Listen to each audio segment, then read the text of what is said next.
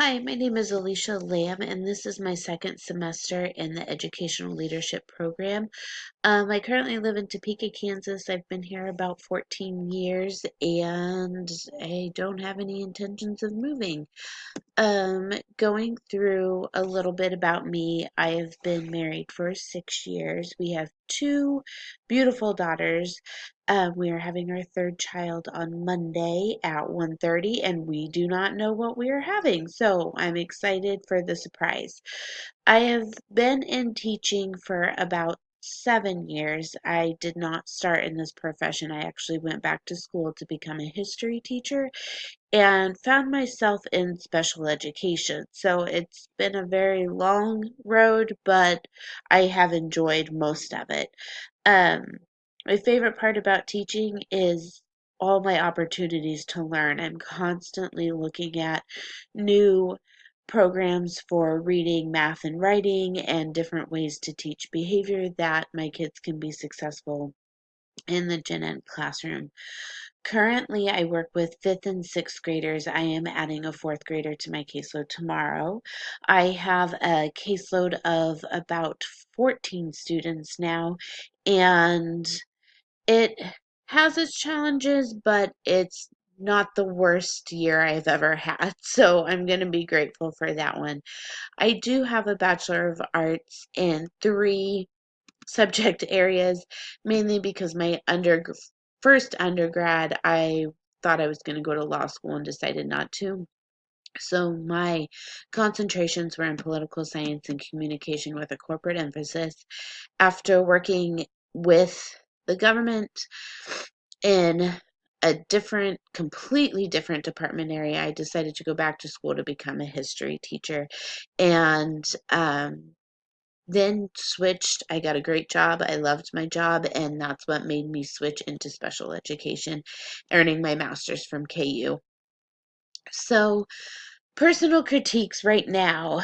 Um, I struggle a lot with math and writing, and it's not because I'm not comfortable with teaching them. I just don't know the right processes to teach my low incidence kids. So finding something that works for them in an organized manner and that it's not all over the place is always a struggle for me because they have so many holes that need to be filled, and their long-term retrieval isn't great. So knowing that their long-term retrieval isn't great, trying to find ways to make it stick so we can move on and not have to constantly go back and reteach. Um, Something else that I struggle with is knowing the district policies and procedures for behavior. I have a couple kids on my caseload right now, and their IEPs are strictly for behavior, no academics. And it's hard to know where to draw the line as to consequences because they are on an IEP. So we know that suspensions are not always the best because it can lead to higher dropout rates when they get into high school. So what do we do when a kid threatens another kid, or a kid has exhausted all resources and that's what we feel we have left to do? I think it becomes really challenging to be effective and maintain the best academic resources and environment for the general education population, plus the kid that is struggling with their behaviors. Um, that's something I'm working on, and I've started using a lot more resources from central office and talking to my principal a little bit more about this. About my school, living in Topeka, our elementary schools are pretty big. The population keeps continuing to grow in my school district, which is a nice problem, but it's also had some restrictions where we're getting overloaded, not enough resources, and there's not enough money to pay for the resources that we need. So 3 years ago, we were designated as a full Title I school. We have tier 2 interventionists that work with a lot of the population, and 3 special education teachers. There's approximately 600 kids in our building and about 36 kids on an IEP, and many, many, many more that seek intervention services from our Title II teachers. So we are very data driven.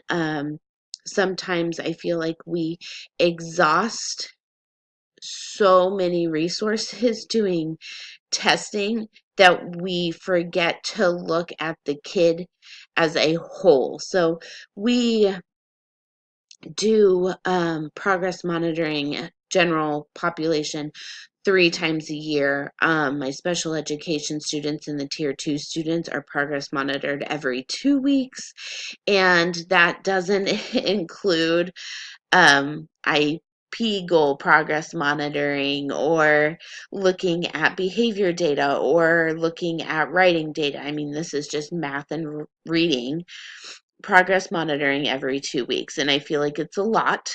I don't always feel that we get the best information that way because kids are exhausted. They're tired of testing and they don't want to do it anymore. However, that is the way my district has gone, and we will hopefully have some changes because there have been quite a few complaints, and I think that our central office is looking towards other programs or processes that might lead to better data driven assessments than doing this every 2 week stuff. One of the problems we also have in our school is just finding parental involvement. We're becoming more of a low SES school. Our demographics have changed so much over the 7 years that I've been there that it's getting harder to get parents involved. It's getting harder for us to rely on parents to read to their kids or do math or work on homework. It's just more of it's becoming on us, and it becomes a struggle for the student and the teacher. Special education needs for my building. I feel like we do a really nice job. However, we have a very long process that is frustrating.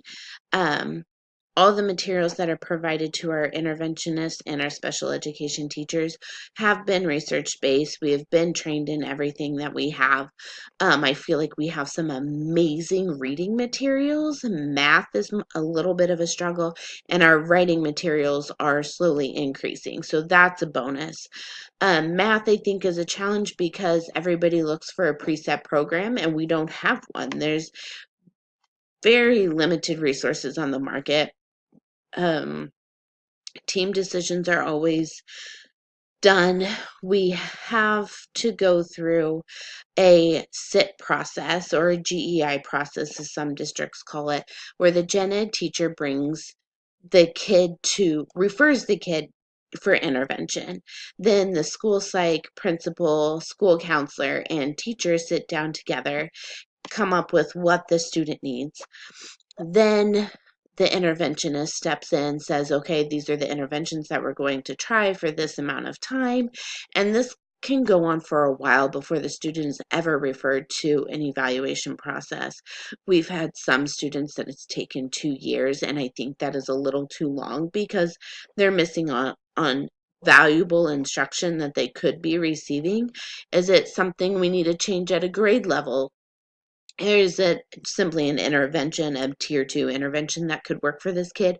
Or do we need to look at a more strategic program at a tier 3 level? I, as being the 6th grade sped teacher, I very much struggle with having 6th graders just getting qualified because we have missed out on so many years of direct instruction that they might not be as far behind as they are when they come to me. I think that is a process that needs to change. I know teachers get very frustrated with it. I know students are being left behind. Um, I'm not exactly sure how that process changes. From right now, I can't see funding being an issue because I find it being building wide. I feel like we need to have a team that is quicker at making suggestions or changing interventions instead of going, well, they've made a little bit of progress, so we'll keep doing what we're doing. Let's set clear goals to help our students succeed and provide the best resources for them. So this is just a little bit about our SPED process. It's a little bit about my building, and it's a little bit about me. Looking forward to this class because I feel like I have a lot left to learn in about special education and about the laws, and I am excited to see what it looks like from an administrator's standpoint.